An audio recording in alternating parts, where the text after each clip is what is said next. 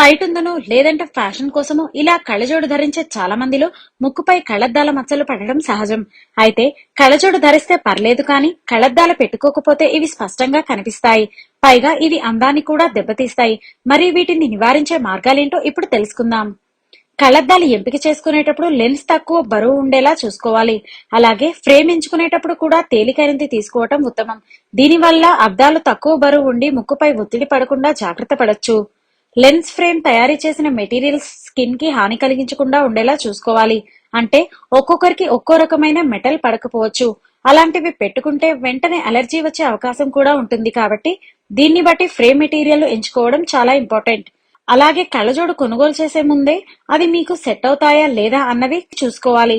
అది మరీ వదులుగా బిగుతుగా లేకుండా చూసుకోవాలి. ఒకవేళ కళ్ళజోడు కారణంగా మచ్చలు పడ్డా కూడా కొన్ని చిట్కాల ద్వారా తగ్గించుకోవచ్చు. ఆ చిట్కాలేంటో ఇప్పుడు మనం తెలుసుకుందాం. కళ్ళజోడు కారణంగా మచ్చలు పడిన చోట నిమ్మరసాన్ని అప్లై చేయడం వల్ల ఈ సమస్య తగ్గే అవకాశం ఉంటుంది. కొద్దిగా నిమ్మరసం తీసుకొని అందులో కాస్త రోజ్ వాటర్ ని కలపాలి. ఈ పేస్ట్ ని మచ్చలున్న చోట రాయాలి. 15 నిమిషాల పాటు ఆరనిచ్చి తర్వాత శుభ్రం చేసుకోవాలి. ఇలా రోజు చేయడం వల్ల నల్ల మచ్చలు తగ్గిపోతాయి. అలాగే కొన్ని రోజ్ వాటర్ తీసుకొని దానికి కొద్దిగా వెనిగర్ ని యాడ్ చేసి ఈ మిశ్రమంతో మచ్చలు ఉన్న చోట రోజు మర్దనా చేసుకుంటే అతి తక్కువ టైంలోనే మచ్చలు మాయమైపోతాయి.